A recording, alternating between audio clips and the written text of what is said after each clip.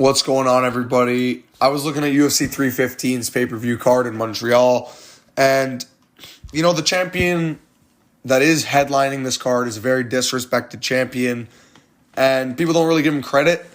So that gave me a video idea. Which champions have the most disrespected legacies in the UFC per each division? Guys, let's get right into it. I think let's start high to low, actually. And let's go, starting off with Stipe Miocic at heavyweight. Sadly, guys, if you guys have watched Stipe Miocic's modern career, especially the last two fights he had, you'd think of him as an old, decrepit bum.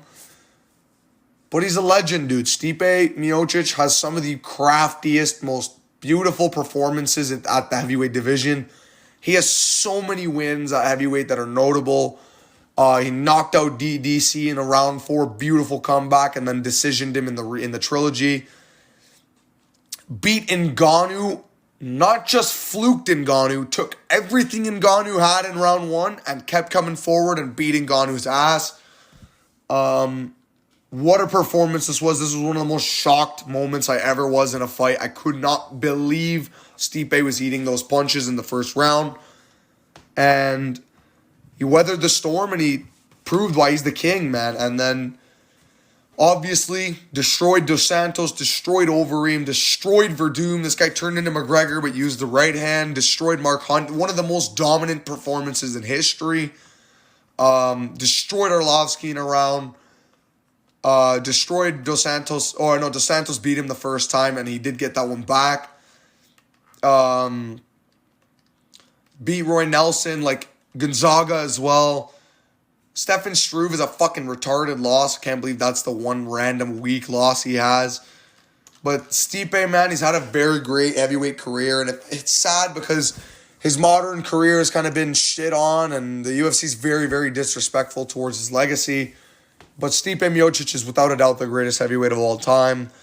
One of the greatest fighters to ever live. And yeah, John Jones fucking KO'd him with a spinning back kick in round 3. Beautiful kick from John. I guarantee you if that fight was 3 years ago, he wouldn't have finished Stipe. But moving on to the light heavyweight division. Another case of if you watch this guy's modern career, you don't know how good he really was. Jan Blachowicz has had the weirdest 3-fight skid in humanity. But before that, Jan Blachowicz was honestly on his way to being one of the greatest light heavyweights of all time. Blachowicz went on a massive streak where he beat Jacare via decision. Beat Rockhold. Lost obviously to Santos, but this is when the run really started. And then he flatlined Corey Anderson, flatlined Reyes, which I called as an underdog. Beat Adesanya, which I called as an underdog. Then he lost to fucking Glover. But then he beat Rakic, came back and beat Rakic. And then we got to go on to the 3-fight skid. Arguably beat Ankalaev. Arguably did. He very, very arguably beat Ankalaev. I know a lot of people that think he won this fight. Obviously, on rewatch, I do think Ankalaev should have actually got it. Ugly fucking inbred daggy. But live, I thought Jan Blachowicz won.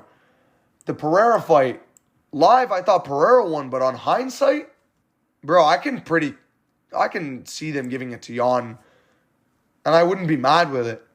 Jan Blachowicz and the Alberg fight. People think, man, Alberg just because he landed more on it. Bro, Jan landed way more shots and way harder shots in round 3 on Alberg. Alberg was just tapping with low kicks, running away like a little fucking pussy Aussie bitch. Yeah, man, he's had a weird 3-fight skid where he could have arguably won all 3 of these fights. And obviously, I do think if the Pereira fight was 5 rounds, Pereira would have found the finish because Jan was really starting to get tired. And, dude, honestly, Jan Blachowicz is one of the most disrespected light heavyweights of all time. People really don't give him the credit he deserves. He's one of the great light heavyweights. It fucking blows that the judges couldn't see it his way in the Alberg fight. I thought he did enough. But, Jan Blachowicz is an all-time great at light heavyweight. I don't give a fuck what any of you guys say. That run he had was so inspirational, especially to do it at his age. Jan's a legend, man, and people are going to disrespect his legacy, but we ain't standing that Jan disrespect. But moving on to someone that's being really discredited in their career now, Robbie fucking Whittaker. Robert is getting dissed in his career right now. So many people I know are calling Whittaker a one fight, one win, one loss, hit and miss type of fighter. Whittaker's a fucking legend, bro. He's an ultimate fucking champion. One of the best showings of a martial artist you can have. Truly does everything you guys want. He's fucking very respectful. He's got the striking. He's got the grappling. He's got... Bro. He's got everything, bro. Whittaker arguably beat Izzy in the rematch. Did lose to him the first time. Went on this... 3-fight... Okay, well, the Till fight wasn't a masterclass, and Cannonier, he did get caught. He had hairy moments, but outside of that, he was really dominating these fights. Gastelum masterclassed him, masterclass Vettori. Yeah, Dricus beat him, but Dricus is on his way to being an all-time middleweight great. Beat Paulo Costa and ate a flush spin kick to the face. Knocked out Alaskarov in a minute and 50 seconds. Yeah, he lost to Hamza Chimaev, who's another potential all-time great.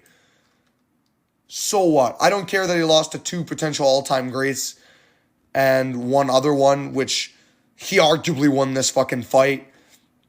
Whittaker's an all-time great himself. The all-time wars with Romero that I'll never forget. Robert Whittaker is one of the best middleweights ever, and you can never change my mind. I don't give a fuck. Never call this guy a hit one, miss one, because he's about to knock the fuck out of whoever he fights in the next one.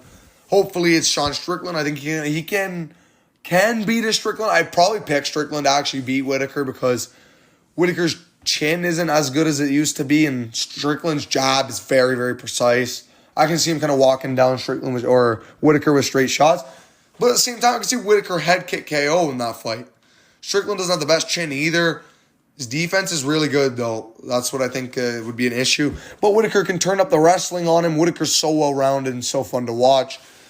But yeah, time to go to the welterweight division. Bro. I'm the best striker, best grappler, I'm best boxer in the division, bro. I'm about to fucking beat JDM, bro. No, you're not. I don't think he is. I don't think Belal might beat JDM.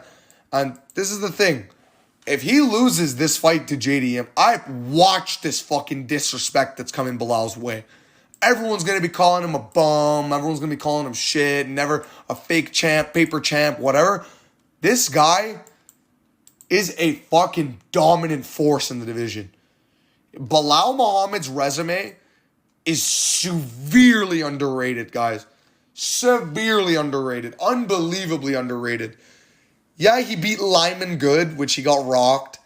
Then he beat fucking Diego Lima, which this fight was shit, and it's pretty bad. He went to a decision with him. But then he fought Leon Edwards on short notice, and Edwards eye poked the life out of him. We saw this came back to bite this bitch-ass motherfucker in the face. Then he went on to go on one of the most impressive 6-fight win streaks in MMA history. Even though he's on a 10-fight win streak, the 6 fights together is such an amazing run. All of them by decision except for one. Let's go into it. Damian Maia, boring fight, clearly won it. Stephen Thompson almost finished Stephen in the first round, but dominated the fight regardless. Vicente Luque dominated as an underdog. Sean Brady handed him his first L and knocked him out on the feet. Bro. I got the Canelo hands, bro. People don't talk. Belal is a fucking G, bro. And yeah, he's fucking boring. I'm not going to act like he's the most entertaining guy. But he fucking wins, bro. And he's on his way. If he beats JDM and then beats Shavkat, he's going to be automatic welterweight legend. And he's already a champion. You can never take away that from him. beat Burns over 5 rounds, and actually had a great showing against Leon Edwards where it was not a boring fight where he hugged his balls. He dunked Leon Edwards like LeBron in the fourth quarter. Bro, this guy was absolutely toying with Leon Edwards in that fight. Rocked him with an uppercut in the first round. Obviously not too bad, but bro, Belal Muhammad, if he does lose to JDM, watch the disrespect. I ain't taking it. Bully B don't deserve the disrespect. I picked him as an underdog to beat Leon Edwards. And yeah, guys, credit to Belal Muhammad. 10-fight win streak. 9 of them being by decision. And he's defeated and knocked out welterweight's phenom prospect right now in Sean Brady. I don't care that Sean Brady's lost one fight. He probably beats Shavkat. He probably beats Ian Gary. Sean Brady dominates a lot of guys in this division. Sean Brady's a very dangerous fighter. And moving on to the lightweight division. This picture's in 280p. But Eddie Alvarez, the underground king, guys, one of the most disrespected legacies in UFC history. Obviously, he had like a 7-2 record in the UFC, 7-3 record in the UFC. So he lost to Poirier, drew with Poirier, lost to McGregor. Yeah, he's like 1, 2, 3, 4, 5. No, he had 5. He was a 5-3 guy in the UFC. Obviously, no one gives him the credit he deserves, though. Alvarez did not care about the win. He would go out there to fucking scrap his ass off, and that's what he would do. He had a great fight with Cerrone where he lost, which was kind of tough. But then beat Gilbert Melendez by decision. Then he beat Anthony Pettis by decision in an upset. And then he became the lightweight champion by beating a prime RDA, who a lot of people thought had a chance at beating Conor McGregor. And I think Alvarez was the favorite himself to beat Conor McGregor. Obviously, he couldn't stop that McGregor plot armor, yeah. But it doesn't matter because even after that, he bounced back. He arguably could have beaten Poirier, but there was a fucking illegal knee. And then and then he beat Gaethje. And then he was beating Poirier. Then he 12-6 elbows him. And then Poirier came back and finished him. Alvarez has had absolute wars, especially at Bellator with Chandler. Eddie Alvarez is seriously one of the most underrated lightweights of all time. I kind of wanted to put RDA here, but he knocked out RDA, so I was figuring, you know what, why not? No one really talks about Alvarez's UFC career anymore. I'd love to see him back in the UFC, but he's older now, and I think he's actually retired. I don't know. But moving on to featherweight, the man that knocked him out, the notorious Conor McGregor, yeah. Conor McGregor, guys, is one of the greatest, if not the second to third greatest featherweight that ever lived. His wins have all aged fantastically at featherweight. We're talking strictly his featherweight career. Aldo in 13 seconds might be the best title fight win on paper in history. KO'd Mendez after facing some adversity with the grappling and had a rib injury going in. Beat Dennis Seaver when Dennis Seaver was doing pretty well for himself in his career. Dennis Seaver, I think, went on a 4-fight win streak in his career in the UFC as well. Poirier, that win aged fantastically, and he knocked him out cold in the first minute. 2 minutes, sorry. Brendawi knocked out in Ireland in front of his home, and it was such a special run. He knocked out Max Holloway, or not knocked out Max Holloway, went to a decision with Max Holloway. I'm fucking retarded. Knocked out Marcus Brimage, though. And Conor McGregor's UFC featherweight run was something so special. And it sucks, obviously, he was a really big guy for the featherweight and kind of was a weight bully himself. But obviously the casual fans and the Habib fans, they discredit McGregor now, especially because he's a crackhead and a fucking drug addict and whatever, and drinks all day or whatever, party fucking retard. But you can't forget the legend that is Conor McGregor, and he's absolutely had one of the best legacies in the featherweight division, one of the best fighters at featherweight, period. And I don't take any discreditment of Conor McGregor's featherweight career. He had an unbelievable rise to the belt. Yes, he struggled at lightweight and welterweight a bit, but still a legend, and the best featherweight, or the best version of him, was at featherweight. So I think he's got one of the most disrespected legacies in the featherweight division. Moving on, TJ Dillashaw, the star of the show. This guy's got his legacy pooped on for fucking no reason. This guy, I can't get it. John Jones fails a steroid test, he's the GOAT. Fucking TJ Dillashaw fails one, he's fucking shit. No one talks about him. I don't get it. TJ Dillashaw is one of the greatest fucking bantamweights to ever live. He beat Sandhagen. I don't give a fuck if you think that fight's a robbery. You're a retard. Dillashaw won that fight clear 3-2. Sterling, this fight was the biggest heartbreak of my life. I fucking was dying watching this inside. Seeing Dillashaw with one arm, just trying to survive like Ian Gary in round 5 against Prates. Just squirming around like a worm. Still survived a round against Sterling and still survived another 3 minutes into the second round. But Dillashaw just had no arm. He couldn't do anything.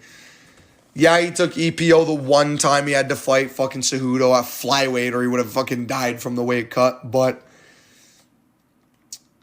yeah, man. Fucking destroyed Prime Garbrandt twice. Beat Lineker. Beat his son Sal. Robbed by Cruz. I don't give a shit what you say. That was a clear 3-2 robbery. Beat Prime Barao. Beat Prime Barao on a 32-fight win streak.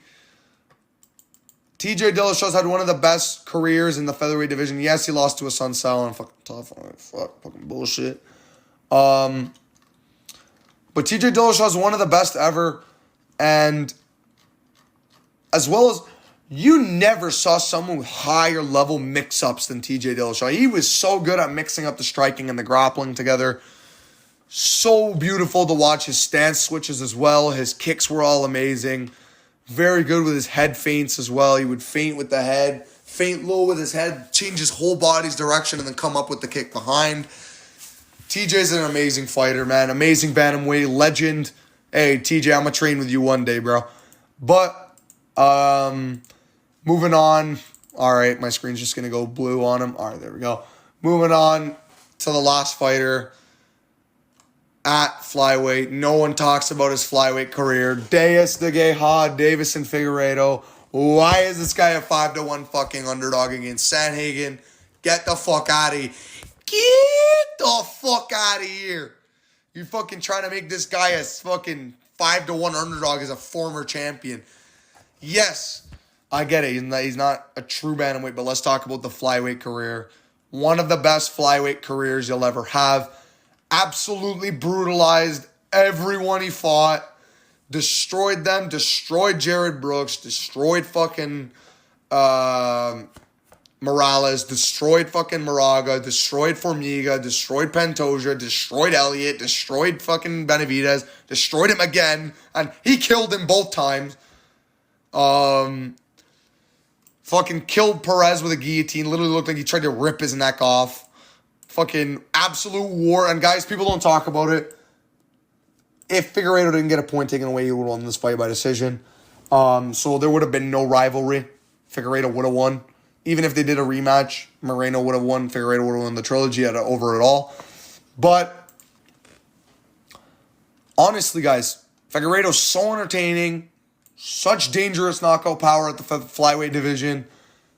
He had a defense, another one, and then he lost it, but then got it back in the modern era, which not a lot of champions do unless you fucking Valk, mate. Not a lot of champions get their belts back, so it was Deiveson Figueiredo's one of the greatest flyweights to ever live. In my opinion, he's the third greatest flyweight that ever lived. And who's to say he can't come back to flyweight? Obviously, he's fucking huge. I saw a big-ass fucking a picture of Figueiredo where he looked like a fucking chunky fucking mouse, bro. But Deiveson Figueiredo, one of the most disrespected legacies in the flyweight division. Even though he's a bantamweight now, especially because of that, because of him being a bantamweight now, people even more are forgetting about his flyweight run. And we ain't taking that Figgy disrespect. Hopefully, actually, Figgy does beat Sandhagen. I think he can win. I might pick him. But we have to see. That's a very hard stylistic fight for him, especially he's so much smaller than these fucking bantamweights. But yeah, that's going to do it for the video, guys. Let me know what you guys want to do for video ideas. Oh, fuck, I just slammed my finger with my bruised fucking finger. But yeah, that's going to really do it for the video idea, guys, or for the video. Let me know what video ideas you guys want. And guys, one more thing to announce. I am officially going to be doing my first live stream for UFC Des Moines, Iowa. Join up. You guys don't got to donate in shit. You guys don't got to donate nothing to me. I just want to watch, talk some shit while watching the fights. Maybe I hit some parlays. Maybe you guys give me some parlays, so I'll play some of your guys' parlays. Just have some fun overall. And honestly, guys, I can't wait. That's going to be a fun stream. I don't really know how to stream, so it's going to be my first time trying to figure all that shit out. But hopefully everything goes right. Hopefully the card's entertaining. It's not just a bunch of boring decisions. Or you guys will get to see me rage. I will have a face cam on for it as well. I'm not fucking scared to show my face. I don't need to do no fucking gay-ass face reveal. You guys can see me. Doesn't matter. I'm just a hairy, ugly Arab. But yeah, guys, that's going to do it for the video. See you guys next time. Bye-bye. Peace.